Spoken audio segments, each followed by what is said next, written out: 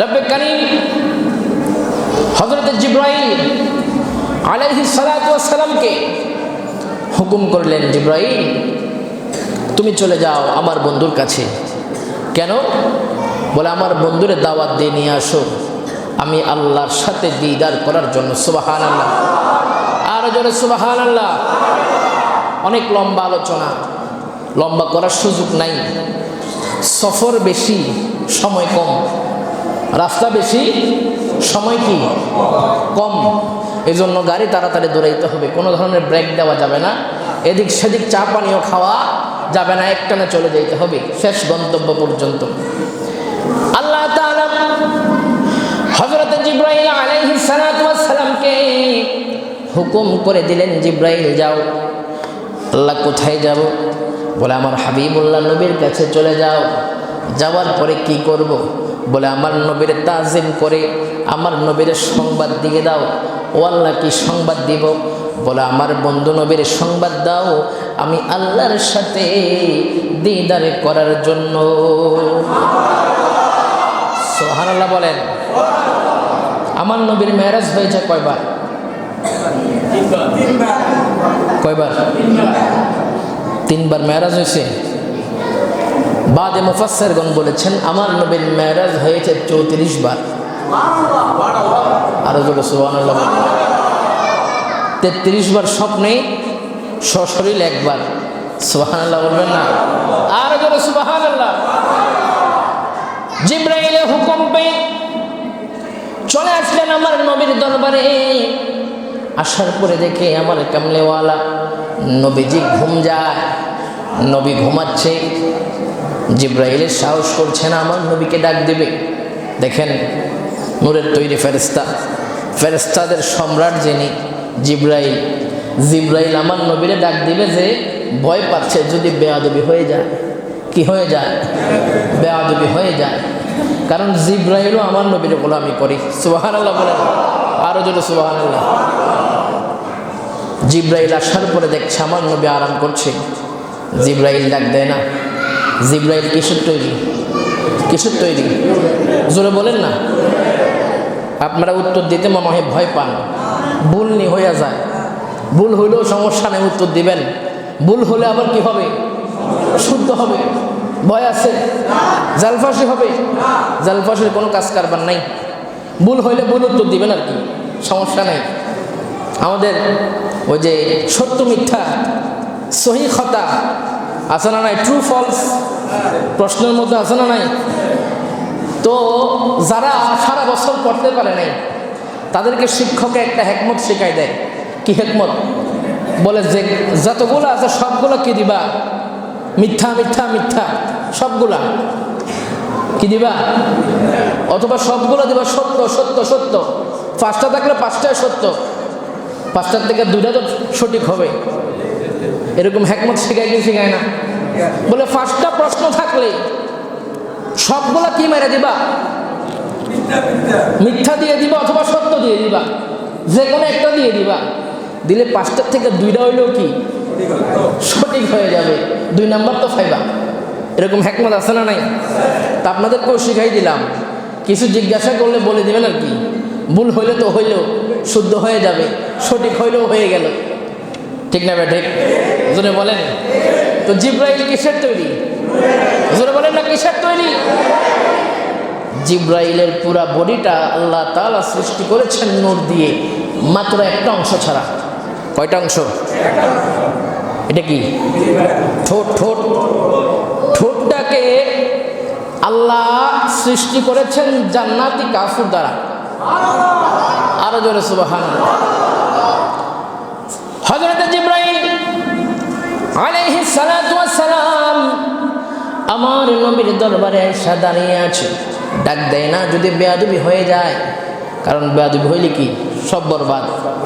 বেয়াদবি হইলে কি? কারণ তিনি অন্যান্য আম্বিয়াগণের মতো নয়, তিনি হাবিবুল্লাহ। তিনি কি? হাবিবুল্লাহ। জিনার থেকে পাওয়ার এনেছেন সকল আম্বিয়াগণ। সুবহানাল্লাহ। আমাদের হাফেজ সাহেব একটু আগে আলোচনা করলো না? কি আলোচনা করলো? এক এক লাইটের কোয়ালিটি এক এক রকম। আমি হাফেজ সাহেবের কথাটাকে আরেকটু আপডেট করলাম। কিরকম? মসজিদের মধ্যে কারেন্টের লাইন আছে না নাই? মাদ্রাসার মধ্যে, এই মেজরে বলেন না, আছে না নাই? আনুবাইয়ের বাড়ির মধ্যে, পাশের বাড়ির মধ্যে, সকল জায়গার মধ্যে কারেন্ট আছে না নাই? সকল জায়গার কারেন্ট কয় জায়গা থেকে আনছে? কোত্থেকে? জোরে বলেন না ভাই। ট্রান্সমিটার আছে না? ট্রান্সমিটারের মধ্যে সকল পাওয়ার, ট্রান্সমিটারের মধ্যে কি সকল পাওয়ার। আমার নবী কামলিওয়ালা এমন নূর আলানু সকল পাওয়ার এনেছে আমার নবী থেকে। আরো জোরে সুবহানাল্লাহ। শুধু তাই নয়, সকল সৃষ্টি হয়েছে আমার নবীর নূর মুবারক থেকে। তাহলে মূল উৎস, মূল যদি হারিয়ে যায়, মূল থেকে যেগুলো এসেছে এগুলোর অস্তিত্ব থাকবে? থাকবে না। আমার নবী হলেন মূল, নূর আলানু, যে নূরের কোনো মেসাল নাই, কোনো তুলনা নাই। আমার নবী হলেন সে নূর। ওই নূরি দরবার, নূরি কদমের মধ্যে এসে জিব্রাইল দাঁড়িয়ে আছে। আল্লাহ, আপনার হাবিবুল্লাহ নবী তো ঘুম যায়, কি করব? বলে, আমার নবীরে তুমি তোমার ঠোঁট দিয়া আমার নবীর কদম মোবারক একটা চুমাই লাগাই দাও। আরো জোরে সুবহানাল্লাহ। আজকে আমরা মাজার শরীফে গিয়ে চুমা দিলে শিরকের ফতোয়া দেয় কি দেয় না? এই জন্য বলেন না, দেয় কি দেয় না? চুমার কথা বলেছেন কে? আল্লাহ। এই জন্য বলেন না, কে বলেছে? জিব্রাইলে বলছো, জিব্রাইল আমার হাবিবুল্লাহ নবীরে তোমার ঠোঁট দিয়ে আঁকিয়ে লাগাও, চুমু লাগিয়ে দাও, আমার নবীর কদম মুবারকের মধ্যে চুমু দিয়ে দাও। জিব্রাইল যখন তার ঠোঁট দিয়ে আমার নবীর কদম মুবারকের মধ্যে চুমু লাগিয়ে দিলেন, কাফরগুলো একটু ঠান্ডা হয়। কি হয়? ঠান্ডা হয়, একটু শীতল হয়। এই কাফুর যখন আমার নবীর পা মুবারকের মধ্যে লাগলেন, আমার নবী একটু ঠান্ডা মেহসুস করলেন। শীতকালে যখন আমরা কম্বল গায়ে দিয়ে ঘুমাই, হঠাৎ করে গায়ের থেকে কম্বল সরে গেলে কি লাগে? ঘুম ভাঙে কি ভাঙে না? জোরে বলেন না, ভাঙে কি ভাঙে না? জিব্রাইল আলাইহিস সালাতু ওয়াস সালাম আমার নবী কামলিওয়ালার কদম মুবারকের মধ্যে চুমু লাগিয়ে দিলেন। আমার নবী ঠান্ডা মেহসুস করলেন, ঠান্ডা অনুভব করলেন। চোখ খুলে দেখছে জিব্রাইল দাঁড়িয়ে আছে। সুবহানাল্লাহ। ইয়া রাসূলুল্লাহ, ইয়া হাবিবাল্লাহ, নবী গো, আল্লাহ আপনাকে দাওয়াত করেছে মেহমান হওয়ার জন্য। কোথায়? আরশ আজিমের মধ্যে। সুবহানাল্লাহ। ইয়া রাসূলুল্লাহ, আপনারা দাওয়াত করা হয়েছে, আমি জিব্রাইলের পাঠানো হয়েছে খাদেম হিসাবে আপনি নবীকে দাওয়াতে নিয়ে যাওয়ার জন্য। সুবহানাল্লাহ।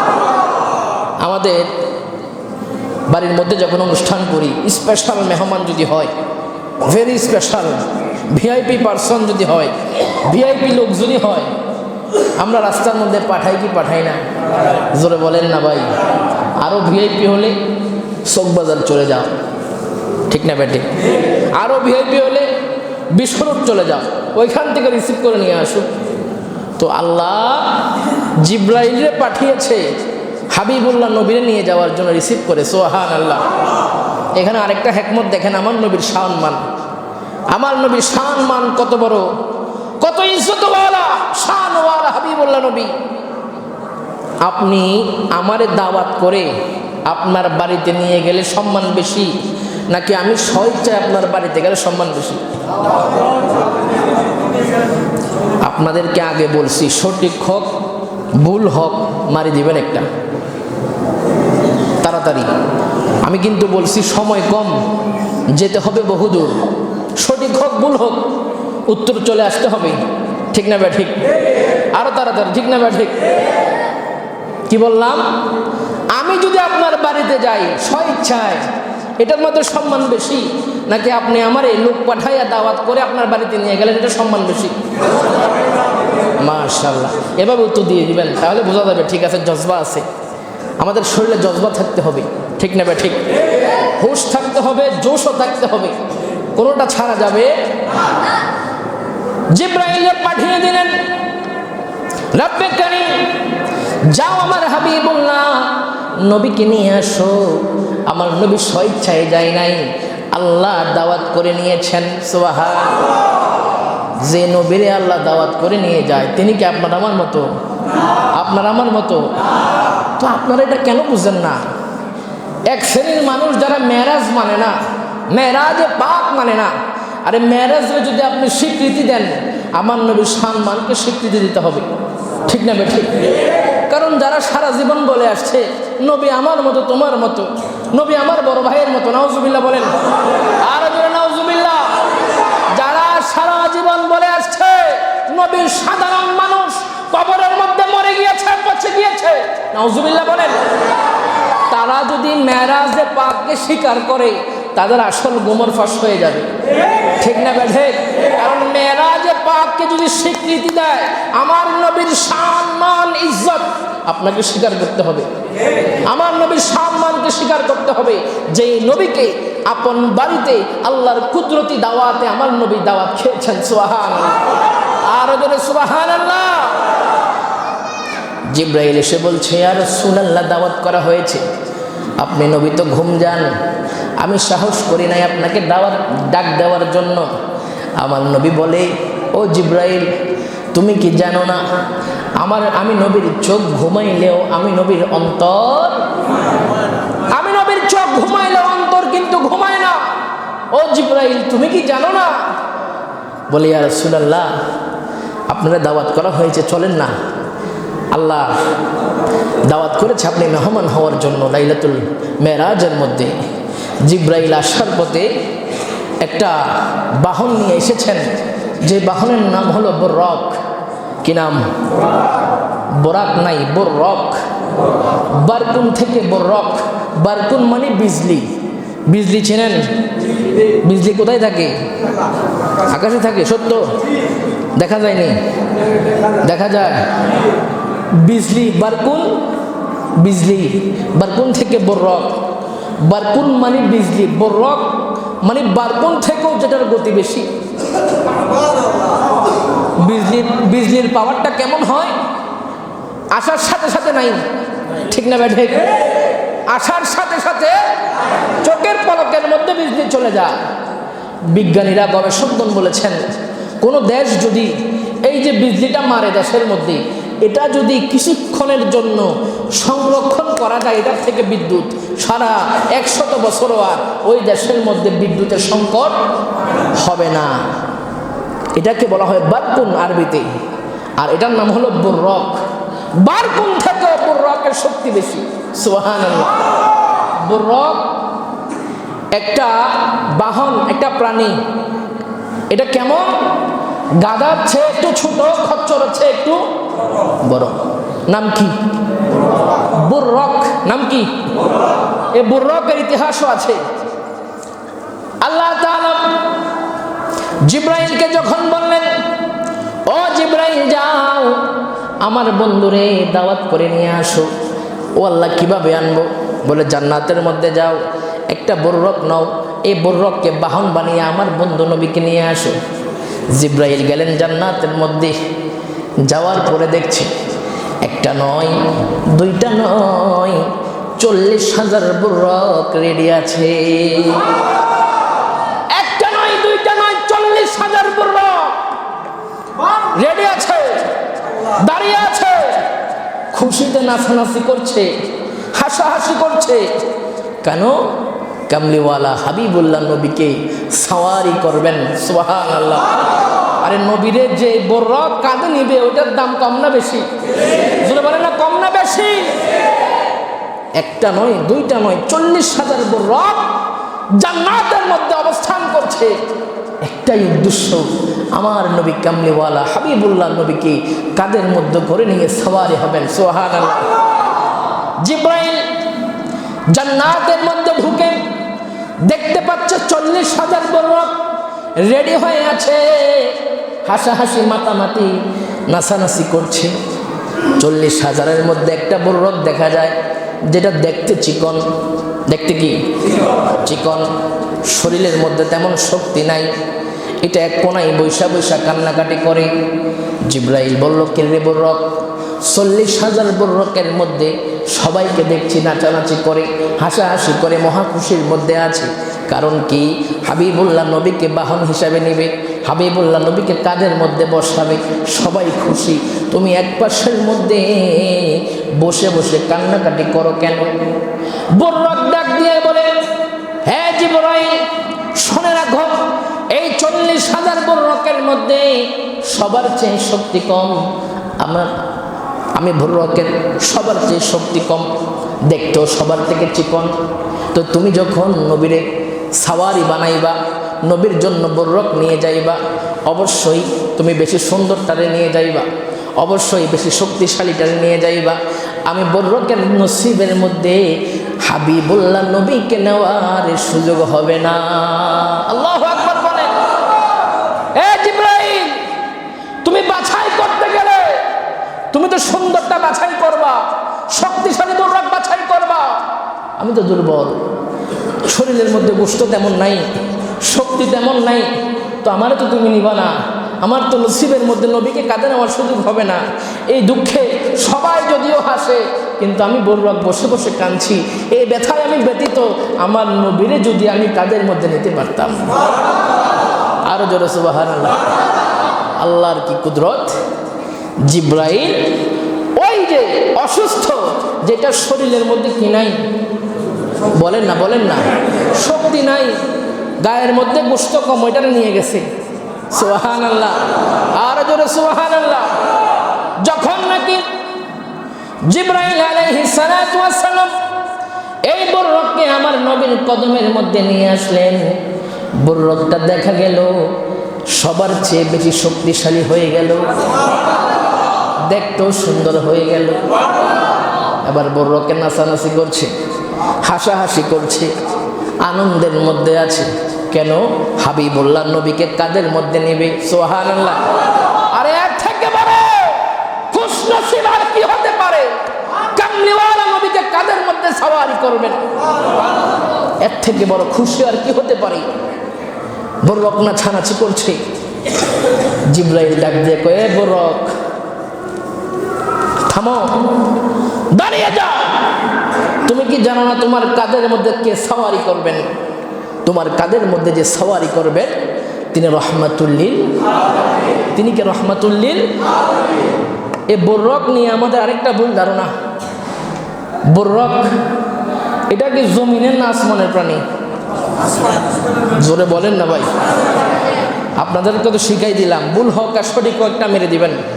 বুররক এটা কি জমিনের না আসমানের? এটা কি প্রাইভেট কার গ্রুপের নাকি হেলিকপ্টার গ্রুপের? জোরে বলেন না, জোরে বলেন না। আপনাদের এই উত্তরটা ভুল হয়েছে। বুররক আসলে আমাদের ভুল ধারণা, আমাদের অনেক আলেমরা ওয়াজ করেন এরকম ভাবে, বুররক আসমানে উড়ে উড়ে যায়। আসলে এটা ভুল। বুররক এটা জমিনের প্রাণী। সুবহানাল্লাহ বলেন না, আরো জোরে সুবহানাল্লাহ। বুররক আসমান দিয়ে উড়ে উড়ে আমার নবীরে নিয়ে মেরাজে পাকের মধ্যে রওনা হয় নাই, বুররক জমিন দিয়ে গিয়েছেন। আরো জোরে সুবহানাল্লাহ। বুররক জমিন দিয়ে মসজিদে হারাম থেকে আকসা পর্যন্ত গিয়েছেন। তৎকালীন সময়ে 30 দিন সময় লাগতো। কয়দিন?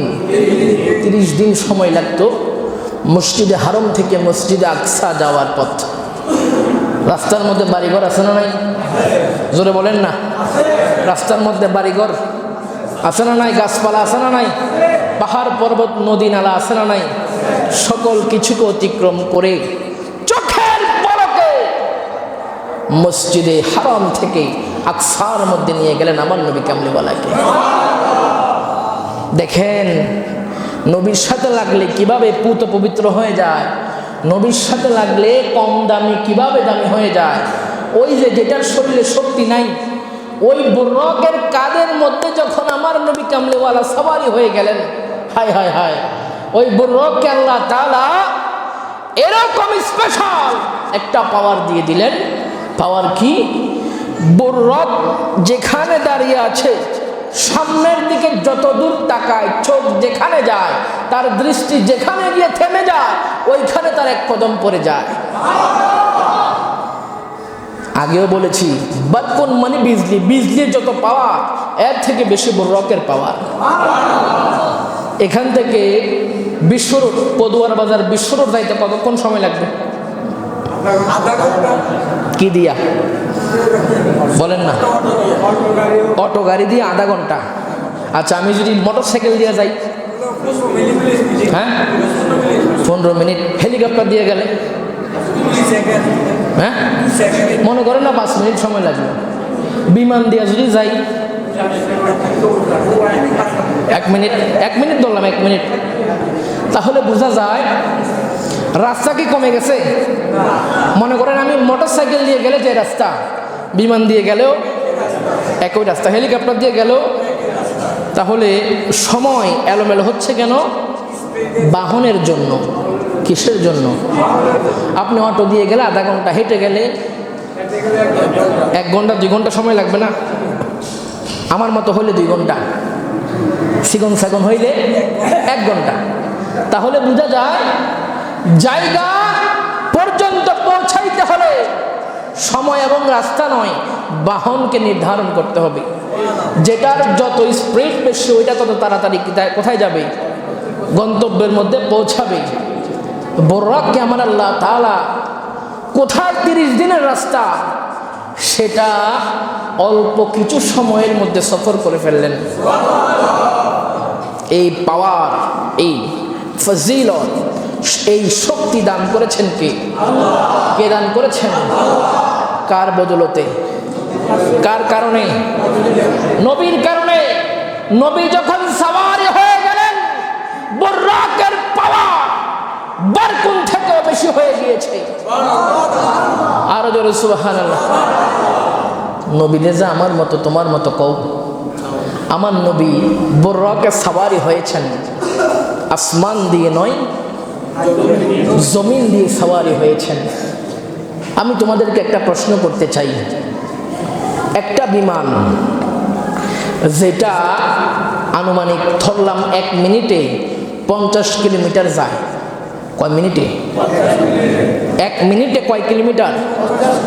50 কিলোমিটার যায়।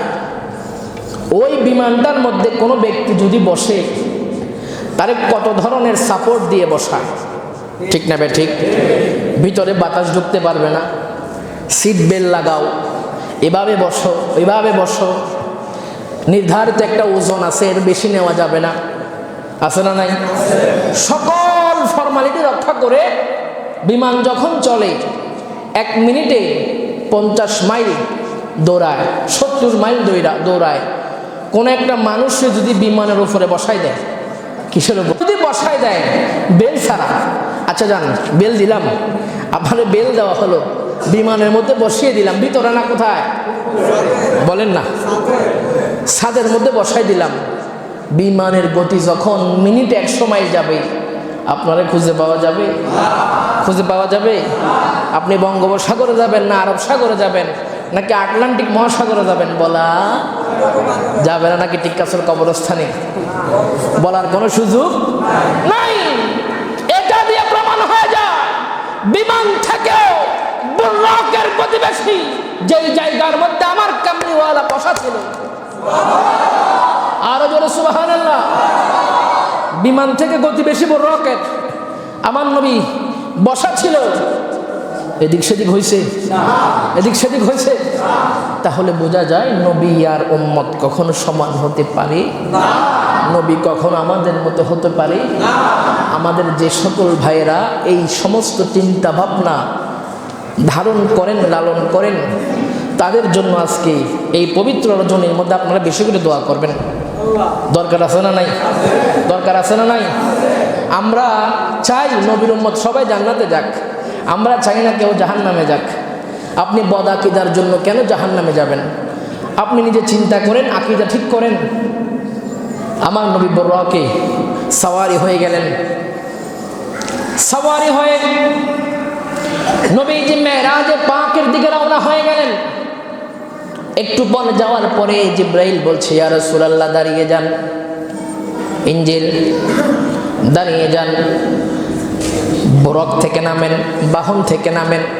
নামার পরে বলছে, ইয়া রাসূলুল্লাহ, নবী গো এই জায়গার মধ্যে আপনি 2 রাকাত সালাত আদায় করেন। ইয়া রাসূলুল্লাহ, নবী গো, এই জায়গার মধ্যে 2 রাকাত সালাত আপনি আদায় করেন। আমার নবী নামাজ পড়লেন। জিব্রাইল বলছে, ইয়া রাসূলুল্লাহ, নবী গো, এই জায়গাটা কোন জায়গা জানেননি? প্রশ্ন করার পরে নিজে নিজে আবার উত্তর দেয়, কারণ জিব্রাইলও জানে, নবী না জানলে জানবো কেডা? ঠিক না ঠিক? আরে নবী না জানলে জানবে কে? নবী এমন কিছু জানে যে জানা এখনো পৃথিবীর মধ্যে সৃষ্টি হয় নাই। সুবহানাল্লাহ, আরো জোরে সুবহানাল্লাহ। আমার নবী মেরাজের মধ্যে এমন কিছু দেখেছেন যেটা সৃষ্টি দুনিয়াতে এখনো হয় নাই। এমন কিছু শুনেছেন আমার কামলিওয়ালা নবী, যেই কথা দুনিয়াতে এখনো বলাও হয় নাই। সুবহানাল্লাহ বলবেন না? আরো জোরে সুবহানাল্লাহ। জিব্রাইল বলছে, ইয়া রাসূলুল্লাহ, জানেন কি না এই জায়গাটা কোন জায়গা? নিজে নিজে আবার উত্তর দেয়, ইয়া রাসূলুল্লাহ, নবী গো, এই জায়গাটা হলো মদিনায়ে তৈয়বা। ইয়া রাসূলুল্লাহ, নবী গো, এটা মদিনায়ে তৈয়বা, যে জায়গার মধ্যে আপনি হিজরত করে আসবেন এবং এই জায়গার মধ্যে আপনি আরাম করবেন। জোরে সুবহানাল্লাহ বলবেন না? আরো জোরে সুবহানাল্লাহ। ইয়া রাসূলুল্লাহ, এটা মদিনায়ে তৈয়বা। আবার সফর শুরু করলেন। যাইতে যাইতে আরেকটু গেলেন। ইয়া রাসূলুল্লাহ, এখানে একটু থামেন, 2 রাকাত নামাজ এখানে আদায় করেন। আমার নবী যে নামাজ পড়লেন, জিব্রাইল ডাক দিয়া কয়, ইয়া রাসূলুল্লাহ, নবী গো, এটা কোন জায়গা জানেননি? জিব্রাইল আবার উত্তর দেয়, ইয়া রাসূলুল্লাহ, নবী গো, এটা ওই জায়গা যে জায়গার নাম হলো তুরে সিনা। সুবহানাল্লাহ, আর জোরে সুবহানাল্লাহ। মিশরের জমিনে কোথায় ছিল? মদিনায়ে তৈয়বায়, চোখের পলকে আবার কোথায়? মিশরের জমিনে তুরে সিনার মধ্যে। ইয়া রাসূলুল্লাহ, এখানে 2 রাকাত নামাজ আমার নবী পড়লেন। পড়ার পরে বলে, ইয়া রাসূলুল্লাহ, এটা সেই জায়গা যে জায়গার মধ্যে দাঁড়িয়ে সাইয়্যিদুনা মুসা আলাইহিস সালাতু ওয়াস সালাম আল্লাহর সাথে আলাপন করতেন। সুবহানাল্লাহ। আবার সফর শুরু হয়ে গেল। যাইতে যাইতে যাইতে যাইতে আমার নবী কামলিওয়ালা জিব্রাইল বলছে, ইয়া রাসূলুল্লাহ, একটু দাঁড়ান। দাঁড়িয়েছেন, বলে এখানে 2 রাকাত নামাজ পড়েন। আমার নবী আবার 2 রাকাত নামাজ পড়লেন। ইয়া রাসূলুল্লাহ, নবী গো, এই জায়গাটা কোন জায়গা জানেন কিনা? বলে, হ্যাঁ, বলো না কোন জায়গা এটা? জিব্রাইল আবার উত্তর দিচ্ছে, বলছে এটা হলো মদিয়ান। এই জায়গার মধ্যে অসংখ্য নবীদের স্মৃতি বিজড়িত হচ্ছে। সুবহানাল্লাহ, অসংখ্য নবীদের স্মৃতি আছে এই জায়গার মধ্যে। কোন কোন রিওয়ায়াতের মধ্যে আছে এই জায়গাটা সাইয়্যিদুনা ঈসা আলাইহিস সালাতু ওয়াস সালামের মিলাদের জায়গা। আরো জোরে সুবহানাল্লাহ বলেন। যাইতে যাইতে যাইতে যাইতে আমার নবী কামলিওয়ালা জিব্রাইল বলছে, ইয়া রাসূলুল্লাহ, একটু দাঁড়ান, এখানেও 2 রাকাত নামাজ পড়েন। আমার নবী নামাজ পড়লেন। নামাজ পড়ার পরে জিব্রাইল আবার জিজ্ঞাসা করে, ইয়া রাসূলুল্লাহ, নবী গো, এই জায়গাটা কোন জায়গা জানেননি? বলে আবার জিব্রাইল উত্তর দিচ্ছে, ইয়া রাসূলুল্লাহ, নবী গো, এই জায়গাটা হলো হযরতে ইউসুফ আলাইহিস সালাতু ওয়াস সালামের যে জায়গার মধ্যে নিক্ষেপ করা হয়েছিল, ওই জায়গা হলো এই জায়গা। কয় রাকাত হয়েছে নামাজ? 4 রাকাত। 8 রাকাত হয় নাই? মদিনা শরীফে 2 রাকাত, তুরে সিনার 2 রাকাত, মদিয়ানের মধ্যে 2 রাকাত, ইউসুফ আলাইহিস সালাতু ওয়াস সালামের যেখানে যে কূপের মধ্যে ফেলেছিল এখানে 2 রাকাত। কয় রাকাত? 8 রাকাত হয়েছে নি? চলে গেলেন মসজিদে আকসার মধ্যে। সুবহানাল্লাহ বলেন। কোন জায়গায়? মসজিদে আকসা। ওইখানে আমার নবী নামাজ পড়ছেন নি? বলেন না ভাই, নামাজ পড়ছেন নি? কয় রাকাত হলো? 10 রাকাত তো এমনি সাবেত হয়ে গেল। কিসের ঠালাঠালি, কিসের ফতুয়া? এই রজনীর মধ্যে 10 রাকাত সাবেত হইল কি হইল না? বলেন না। যারা বলে এই রজনীর মধ্যে কোনো নামাজ নাই, তোদের কপালে ফিসার বাড়ি। ইতিহাস পড়, ইতিহাস দেখো, 10 রাকাত নামাজ এমনি সাবেত হয়ে যায়। আমরা যখন নামাজ পড়বো আমরা এই খেয়াল করব, প্রথম 2 রাকাতে দাঁড়িয়ে যাব, খেয়াল করব হাইরে আমার নবীজি মদিনায় তৈয়বার মধ্যে সফরের শুরুতে 2 রাকাত নামাজ পড়েছিলেন, এই 2 রাকাত নামাজ আমি এখন পড়ব। সুবহানাল্লাহ বলেন না ভাই, আরো জোরে সুবহানাল্লাহ। পরে 2 রাকাত যখন আবার পড়ব, খেয়াল রাখবেন, এটা চিন্তা করবেন আমার নবী যে তুরে সিনার মধ্যে 2 রাকাত নামাজ পড়েছিল, ওই নামাজটা আমি আবার পড়তে চাই। সুবহানাল্লাহ বলেন না। এরকমভাবে খেয়াল নিয়ে যখন নামাজ পড়বেন আপনার অন্তরটা দেখবেন নরম হয়ে যাবে, নবীর জন্য আপনার দিল কাঁদবে। যেই দিন দেখবেন নবীর কথা বললে চোখ দিয়ে পানি আসে না, আপনাকে বুঝতে হবে আপনার কলিজা, আপনার অন্তর এখনো শক্ত, এটাকে নরম করতে হবে। আপনার দিল যখন নরম হবে, দোয়া যেটা করেন সেটা কি জোরে বলেন না, দোয়া করলে কি হয়ে যাবে? কবুল হয়ে যাবে। বদদোয়া করলেও কবুল হয়ে যাবে। এই জন্য দিল নরমওয়ালা মানুষের সাথে কখনো বেয়াদবি করবেন না। আলেম ওলামাদের সাথে কখনো কি করবেন না? বেয়াদবি করবেন না। আলেমরা দোয়া করলেও কবুল হয়ে যায়, বদদোয়া করলেও কবুল হয় কি হয় না? আপনার কাছে মনে হইতে পারে, আপনারা আবার অন্যরকম মনে করিয়েন না। আমি আপনাদেরকে বোঝার জন্য বলছি, কারণ এটা বোঝানোর দায়িত্ব আমার। আপনারা হয়তো মনে করতে পারেন আরে হুজুরে তো আমরা হাদিয়া দিয়ে রাখছি এখানে, তো হুজুরে আমাদেরকে বললে আর কি হবে? না বাবা, বিষয়টা এরকম নয়। হাদিসে পাকের মধ্যে আছে যাদের দিল নরম, আল্লাহওয়ালা নবীওয়ালা যারা হয়ে যায়, তারা দোয়া করলেও কবুল, বদদোয়া করলেও কি কবুল। এটা আমার কথা না, হাদিসের কথা। যদি বলেন না আমার না, হাদিসের। তো এই জন্য পারলে আলেমদেরকে ইজ্জত করবেন, না পারলে বেয়াদবি করবেন না। বেয়াদব বেনসিব, বাদব বানসিব। কথা বুঝতে পারছেন তো? 10 রাকাত নামাজ তো এখানেই সাবেত হয় কি হয় না? যদি বলেন না হয় কি হয় না? আমার নবী কামলিওয়ালা মসজিদে আকসার মধ্যে গেলেন, যাওয়ার পরে দেখছে লক্ষ লক্ষ আম্বিয়াগণ আকসা মসজিদের মধ্যে কাতারবদ্ধ হয়ে দাঁড়িয়ে আছে। সুবহানাল্লাহ। মসজিদে আকসার মধ্যে যাওয়ার পরে দেখছে সমস্ত আম্বিয়াগণ কাতারবদ্ধ দাঁড়িয়ে আছে। আমার নবী দেখলেন ওই জায়গার মধ্যে সমস্ত আম্বিয়াদের যিনি বাবা, তিনার নাম কি? জোরে বলেন না ভাই। হযরত আদম আলাইহিস সালাতু ওয়াস সালাম, তিনিও সেই জায়গার মধ্যে উপস্থিত। একটা জিনিস মনে রাখবেন, আমার নবী রুহানি জগতে সবার বাবা। সুবহানাল্লাহ বলবেন না? আর জোরে সুবহানাল্লাহ। রুহানি জগতে সবার বাবা আমার নবী কামলিওয়ালা। মসজিদ আকসার মধ্যে দেখছে সাইয়্যিদুনা আদম আলাইহিস সালাতু ওয়াস সালাম আল্লাহর কাছে দোয়া করছে, মাওলা তোমার দরবারে প্রশংসা করছি। কেন? বলে আল্লাহ তুমি আমাকে সমস্ত মানব জাতির পিতা বানিয়েছো। সুবহানাল্লাহ বলেন। কে দোয়া করছে? আদম নবী দোয়া করছে, ও আল্লাহ তোমার প্রশংসা আদায় করছি, তুমি সমস্ত মানব জাতির পিতা আমি আদম সফিউল্লাহকে তুমি বানিয়েছো। সুবহানাল্লাহ বলেন। দেখছে হযরতে মূসা আলাইহিস সালাতু ওয়াস সালাম, তিনিও দোয়া করছে, ও আল্লাহ তোমার দরবারে শুকরগুজার করছি, তোমার প্রশংসা আদায় করছি।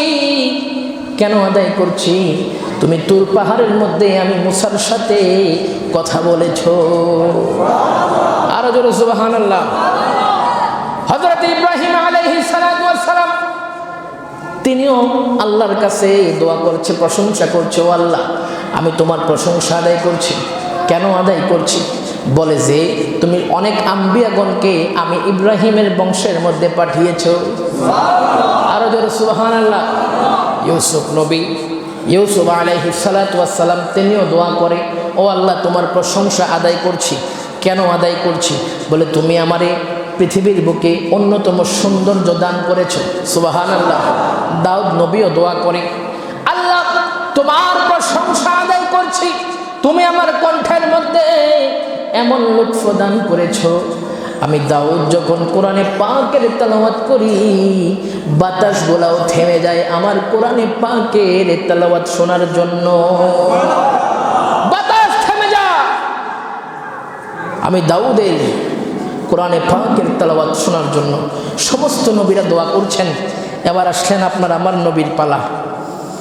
আমার নবী কামলিওয়ালার হাত তুলে দিলেন, বলছে আল্লাহ তোমার প্রশংসা আদায় করছি, ওই আল্লাহর প্রশংসা আদায় করছি যিনার প্রশংসা সকল আম্বিয়াগণ আদায় করেছেন, এবং যে আল্লাহ আমি নবীর প্রশংসা করি। সুবহানাল্লাহ বলেন না? সবাই বলছে আল্লাহ তোমার প্রশংসা আমরা আদায় করছি। নবী বলছে আমি ওই আল্লাহর প্রশংসা আদায় করছি যে আল্লাহর প্রশংসা সকল নবীরা করে, এবং যে আল্লাহ আমি নবীর প্রশংসা করি। আর জোরে সুবহানাল্লাহ বলবেন না? সকল আম্বিয়াগণ কাতারবদ্ধ, ইমামতের জায়গা খালি, সামনে কেহ যায় না। আদম নবী সবার বাপ, এখানে যারা আছেন এক একজনের বাপ, ঠিক না বে ঠিক? ইসমাইল আলাইহিস সালাতু ওয়াস সালামের বাবা কে? ইসমাইল নবীর বাবা কে? ইব্রাহিম নবী না? এখানে যারা আছেন একজন এক একজনের বাবা, কারো দাদা, কারো বড় দাদা, আছে না নাই? সবাই উপস্থিত আছে, সামনে কেহ যায় না। ইমামতির জায়নামাজের মধ্যে, ইমামতির জায়গার মধ্যে কেহ যাচ্ছে না। আমার নবী কামলিওয়ালা ইমামতির স্থানে দাঁড়িয়েছেন। আর জোরে সুবহানাল্লাহ। আমার নবী দাঁড়িয়েছেন এবং আমার নবী 2 রাকাত সালাত আদায় করেছেন। আর জোরে সুবহানাল্লাহ।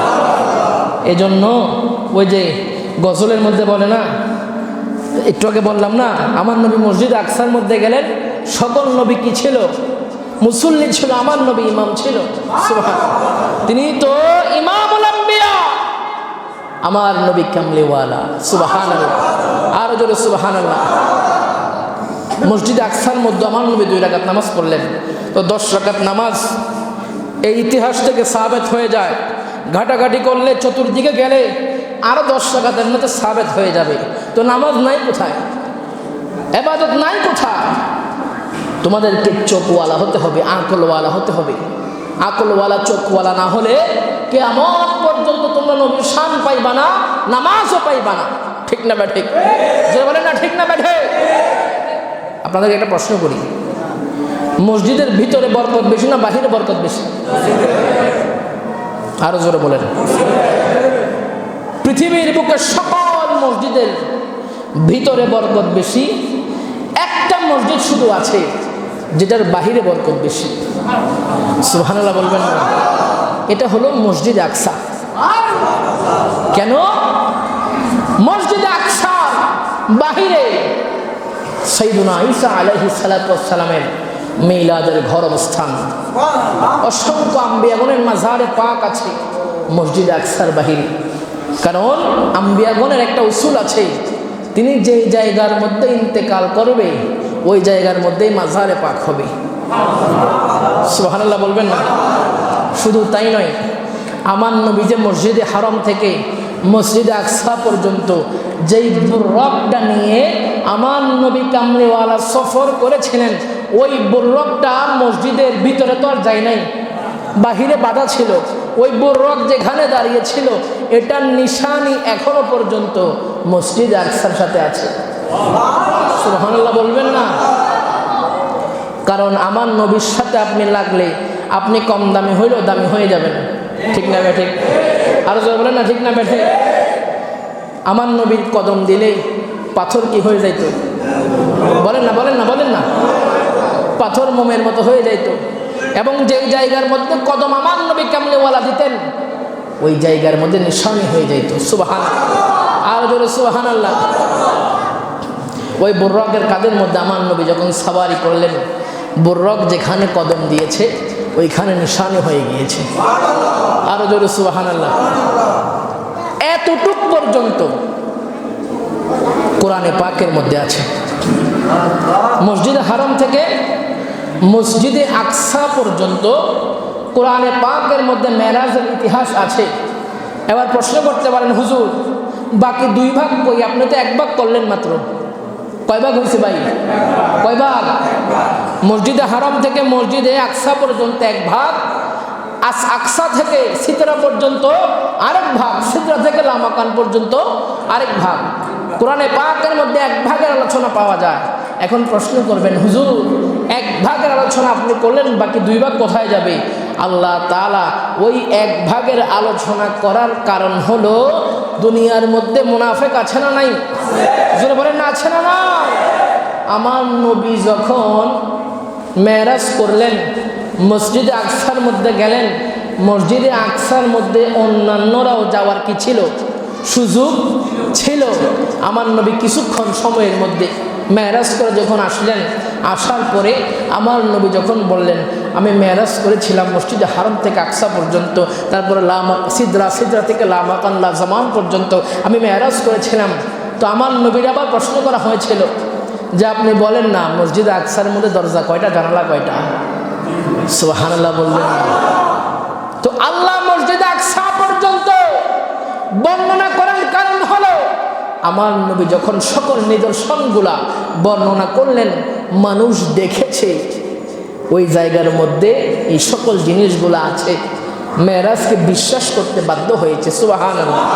শুধু তাই নয়, আপনারা সবাই ইতিহাস জানেন, হাদিসে পাকের মধ্যে আছে আমার নবীর আঙ্গুলের ইশারায় চন্দ্র দ্বিখণ্ডিত হয়েছিল।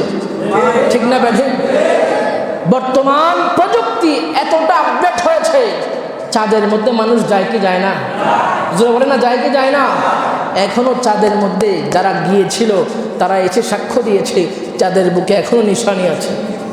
সুবহানাল্লাহ বলেন না। চাঁদের 2 টুকরা হয়েছিল, তারা কলিজা দ্বিখণ্ডন করেছিল, এটার নিশানি এখনো তারা যাওয়ার পরে পেয়েছে। সুবহানাল্লাহ, আরো জোরে সুবহানাল্লাহ। বুররাক নিয়ে আমার নবী মসজিদে আকসা পর্যন্ত গেলেন, তারপরে সফর কিন্তু বুররাক দিয়ে হয় নাই। কি দিয়ে হয় নাই? বুররাক দিয়ে আর হয় নাই। তারপরে কোন কোন রিওয়ায়াতের মধ্যে এসেছে আমার নবী সিঁড়ি বেয়ে বেয়ে সফর করেছেন। আবার কোন কোন রিওয়ায়াতের মধ্যে এসেছে ফেরেশতাদের নূরের পাখাতে করে আমার নবী সাওয়ারি হয়েছেন। সুবহানাল্লাহ, আরো জোরে সুবহানাল্লাহ। এখানে আরেকটা মজার কথা, সিদরাতুল মুনতাহা পর্যন্ত আমার নবী যখন গেলেন, সফর সঙ্গীকে জোরে বলেন না ভাই, জোরে বলেন না। সিদরাতুল মুনতাহার মধ্যে যাওয়ার পরে জিবরাইল ডাক দিয়া কই, ইয়া রাসূলুল্লাহ, নবী গো, আমার পাওয়ার এতটুকু, সামনে আর যাওয়া যাবে না। আমার নবী বলছে, ও জিবরাইল, তোমার কোনো কিছু চাওয়ার আসেনি আল্লাহর কাছে? আমার একটু বলো না। তোমার কোনো কিছু প্রয়োজন আসেনি আল্লাহর দরবারে? আমার কাছে বলো, আমি নবী তোমার জন্য সুপারিশ করব। আরো জোরে সুবহানাল্লাহ। আমার নবীর দরবারে জিবরাইল বারবার এসেছিল, নবী কখনোই কথা বলে নাই। ওই জায়গা, যে জায়গার পরে জিবরাইলের আর কি নাই, ক্ষমতা নাই, ওই জায়গা পর্যন্ত নেওয়ার পরে আমার নবী বলছে, ও জিবরাইল, কোনো কিছু চাওয়ার আসেনি, থাকলে বলো, আমি নবীর কাছে বলো, আমি নবী তোমার জন্য সুপারিশ করব। জিবরাইল বলছে, ইয়া রাসূলুল্লাহ, না, আমার কোনো কিছু চাওয়ার। আমার নবী ওই সময় প্রশ্ন কেন করেছিলেন? আমার নবী পূর্বপুরুষের হক আদায় করেছিলেন। সাইয়্যিদুনা ইব্রাহিম আলাইহিস সালাতু ওয়াস সালামকে নমরুদ যখন আগুনের মধ্যে নিক্ষেপ করেছিলেন, জিবরাইল এসে বলেছিল, সাইয়্যিদুনা ইব্রাহিম আলাইহিস সালাতু ওয়াস সালাম, আপনার কোনো কিছুর প্রয়োজন আছে কিনা আমি জিবরাইলের কাছে বলেন। আর আমার নবী পূর্বপুরুষের হক আদায় করে দিলেন সিদরাতুল মুনতাহার মধ্যে। ও জিবরাইল, তুমি আমার পিতাকে কি দিবা? তোমার কিছু লাগলে আমি নবীর কাছে বলো।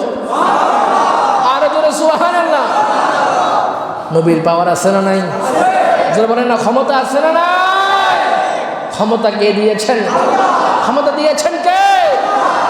ওই নবীর মোহাব্বত দরকার আছে না নাই? জোরে বলেন না, দরকার আছে না নাই? নবীর মোহাব্বত কি মসজিদ থেকে যায় ঘুম? কি ইবাদত করতে হবে? ইবাদত কি করতে হবে? আরে ভাই, দুনিয়া এত পরীক্ষা আপনারা দেন, তারপরেও কি আপনাদের একটু আকল হয় না? একটু বুঝ খাড়া, পাস করেন ফেল করেন, খাতার মধ্যে কিছু তো একটা লেখা থাকতে হবে। একবারে যদি খালি একটা নিয়ে যান আপনি, নাম্বারটা দিবে কি দেখে আপনারে, ঠিক না ভাই ঠিক? অনেক সময় দেখা যায় অনেক ছাত্ররা এমনি তো দুর্বল, পড়ালেখা জানে না, কিন্তু আদবওয়ালা, তার ভিতরে আদব অনেক ভালো, ইজ্জতওয়ালা। তখন শিক্ষকরা চিন্তা করে ছাত্ররা যদিও মেধার দিক দিয়ে দুর্বল কিন্তু আদবওয়ালা, তার পরীক্ষার মধ্যে 2 নাম্বার বাড়াইয়া দেয়, ঠিক না ভাই ঠিক? তো আমরা যে হাসরের ময়দানের মধ্যে নবীর সামনে দাঁড়াবো, খাতার মধ্যে কিছু তো লেখা থাকতে হবে, আমলনামা তো কিছু থাকতে হবে। আমরা আশিক রাসূল এটা আমরা জানি, আমাদের ইশক মোহাব্বত এটা এক জায়গার মধ্যে আছে, কিন্তু আমলেরও দরকার আছে না নাই? যদি বলেন আছে না নাই? থাকলে এই আমল আমরা নিয়ে উঠতে পারবো। ইয়া রাসূলুল্লাহ, হয়েছে কি হয় নাই জানি না, তবে আপনারে মোহাব্বত করেছিলাম এবং আল্লাহর প্রেমে হাবুডুবু খেয়েছিলাম, অন্তত পক্ষে এই কথাটা আমরা কি বলতে পারবো, তাহলে আমাদেরকে বাঁচার সুযোগ থাকবে। আর নয়তো হাসরের ময়দানের মধ্যে উম্মতে মুহাম্মদী যারা, তাদের শান মান অনেক বেশি হবে। অন্যান্য নবী যারা উম্মত থাকবে তারা জিজ্ঞাসা করবে, আপনি কোন নবীর উম্মত? সুবহানাল্লাহ, আরো জোরে সুবহানাল্লাহ। আমরা দেখবেন কোথাও যখন একটা অনুষ্ঠানে যাই, আমরা জিজ্ঞাসা করি না আপনার বাড়ি কই ভাই, আপনি কোন পক্ষ, ছেলে পক্ষ না মেয়ে পক্ষ, আছে না নাই? তো যখন ছেলের বাড়িতে থাকে, ছেলে পক্ষ বলে যে আমি ছেলে পক্ষ, তখন তার একটা কি আছে, দাম আছে না? হাসরের ময়দানেও প্রশ্ন করা হবে, আপনি কোন নবীর উম্মত? তখন আমরা বলবো আমরা নবী মুহাম্মদ মুস্তাফা সাল্লাল্লাহু তাআলা আলাইহি ওয়াসাল্লামের উম্মত। সুবহানাল্লাহ। অন্যান্য নবীরার যে উম্মত যারা থাকবে তারা কি বলবে জানেন? তারা বলবে, আপনারা কি ওই নবীর উম্মত যিনি মেরাজ করেছিল? আরো জোরে সুবহানাল্লাহ। বলবে, আপনারা কি ওই নবীর উম্মত যিনি মেরাজ করেছিল আল্লাহর সাথে? আমাদের দাম আছে না নাই? জোরে বলেন না, আছে না নাই? আরে ভাই, আমরা তো এমনিই দামি, নিজের দাম নিজে কমানোর দরকার আছে? দরকার আছে?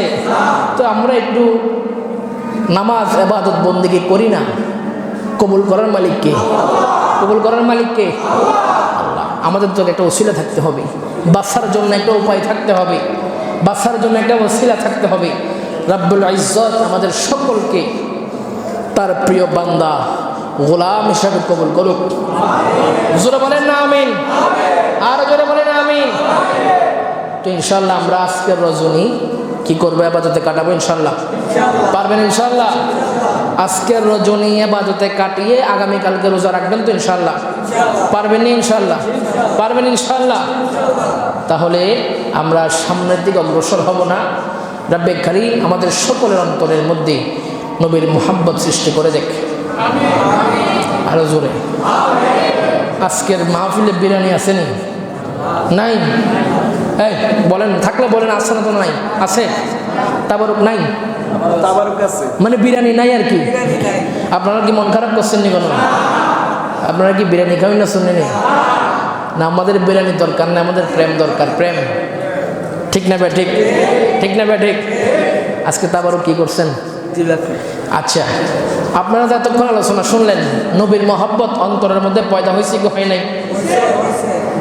আমরা সব সময় প্রমাণ করে দেই, আমরা আসলে তাবারুকের আশায় মেহফিলের মধ্যে আসি না। আমরা আসি কিসের জন্য? নবীর মহব্বতে। কিসের জন্য? নবীর মহব্বতে। এখানে কে আছেন? হুজুর, আমি এই মজলিসের মধ্যে বসে বললাম আজকে মুনাজাতের পরে আমি 1 প্যাকেট তাবারুক জিলাপি নেব না। হাত তুলে দেখান তো। মাশাআল্লাহ মাশাআল্লাহ, 4-5 জন হাত তুলছেন, মানে আপনারা জিলাপি দরকার নাই, আমাদের নবী প্রেম দরকার। আপনাদেরকেও দেওয়া হবে। আমি ইমান পরীক্ষা করলাম, সবার ভিতরে নবীর মহব্বত আছে না নাই? যারা বলেন আছে না নাই? সবাই হাত তুললে জিলাপি থেকে যাবে, ঠিক না? থাকলে এগুলো কি করবো আমরা? এখানে শোনেন, আরেকটা হিকমত বলে দিচ্ছি। মেহফিল যখন হয়, আমি বলেছিলাম নবীর সাথে যাদের নিসবত হয়ে যায়, নবীর সাথে যেটা নিসবত হয় ওইটা যদিও আপনার কাছে মনে হয় জিলাপি, যদিও কি মনে হয় জিলাপি কেজি 200 টাকা, কিন্তু এটার দাম অনেক বেশি। এটার দাম কি অনেক বেশি। আমাদের বাগদাদি হুজুর, তিনি, আমি অনেক বড় একজন আলেমের জবান থেকে শুনেছিলাম, তিনি এক সময় একটা কথা বলেছিলেন এরকম যে মিলাদে পাক অথবা যেই জায়গার মধ্যে আল্লাহর রসুলের নবীর আলোচনা হয়, আল্লাহ পাকের আলোচনা হয়, ওই জায়গার মধ্যে যদি কোনো তাবারুক করা হয়, বাকিটা কইতাম নি, এটার আমলের দরকার নাই, শুধু মহব্বত নিয়ে শোনেন। উনি বলছেন, বাগদাদি হুজুর বলেছিলেন যে কোনো মজলিসের মধ্যে আল্লাহ এবং রাসূলের প্রেম নিয়ে আলোচনা হইলে ওই মজলিসের মধ্যে যদি তাবারুক করা হয়, ওই জায়গার তাবারুক মারামারি করে হলেও খাওয়া দরকার। মানে এটা আমল করবেন না আপনারা? দরকার নেই ভাই, আমাদের যথেষ্ট পরিমাণ তাবারুক করা আছে, শৃঙ্খলাভাবে আপনারা নিতে পারবেন, কোনো সমস্যা নেই। তাবারুক খাবেন, আমরা সব সময় সুন্নাহকে প্রাধান্য দিই। তাবারুক যখন খাবেন, নিয়ত করে খাবেন যে আল্লাহ, এটা তোমার নবীর আলোচনার পরে এটা মিলাদে পাকের তাবারুকাত, এটা আমি জিলাফি মনে করছি না, এটা শেফা মনে করছি। আল্লাহ, আমার দেহের ভিতরে কঠিন কঠিন যদি কোনো বিমার থাকে, রোগ থাকে, আল্লাহ তুমি এই তাবারুকের ওসিলায় তুমি এটা থেকে আমাকে মাফ করে দাও। আমিন বলেন, আরো জোরে আমিন বলেন। তো পারবেন না ইনশাআল্লাহ? পারবেন ইনশাআল্লাহ? আমরা মারামারি কাটাকাটির মধ্যে আমরা এই গ্রুপ না, মারামারি কাটাকাটি করি না গ্রুপ আমরা না। তবে হ্যাঁ, আমাদের একটা অস্ত্র আছে। আমি বলেছিলাম সুন্নি আলেম যারা, তারা আপনারা লাঠি দিয়ে না মারলেও জবান দিয়ে যদি একটু কষ্ট পায়, আপনার জীবন শেষ হয়ে যাবে, সরকার হয়ে যাবেন। কারণ হক্কানি আল্লাহওয়ালা যারা আলেম হয়ে যায়, তাদের জবান দিয়ে কোনো কিছু বাইর হইলে সাথে সাথে কবুল হয়ে যায়। জি, জবান অস্ত্র। আমাদের কাছে অস্ত্র নাই, রাইফেল নাই, পিস্তল নাই, তারপরে ছুরি নাই, ডাকাতি করার অস্ত্র নাই, কিন্তু আমাদের কাছে জবান আছে না নাই? এশক আছে না নাই? এশকের থেকে বড় অস্ত্র কোনো কিছু হতে পারে? একটা উদাহরণ দেই। অনেক সময় গজল শুনলে দেখবেন মানুষ নাচানাচি চারটি করে, গড়াগড়ি করে, কি করে না? জোরে বলেন না। গজল শুনলে, নাতে পাক শুনলে মানুষ দেখবেন গড়াগড়ি করে। যে লোকটা গড়াগড়ি করছে জমিনের মধ্যে, পরের দিন সকালবেলা তারে বলবেন, ভাই ধরো তোমার আমি 5,000 টাকা দিলাম, তুমি এখান থেকে গোড় দিতে দিতে দিতে দিতে রাস্তার মাথা পর্যন্ত যাও, যাইব? যাইব? 5,000 বললে 1 লাখ টাকা দিল সে, বলবে এটা আমার আত্মসম্মান আছে। কি আছে? আত্মসম্মান আছে। আমি কিভাবে মাটির মধ্যে গড়াগড়ি করব? ওই একই ব্যক্তি নবীর নাচ শুনে জমিনের মধ্যে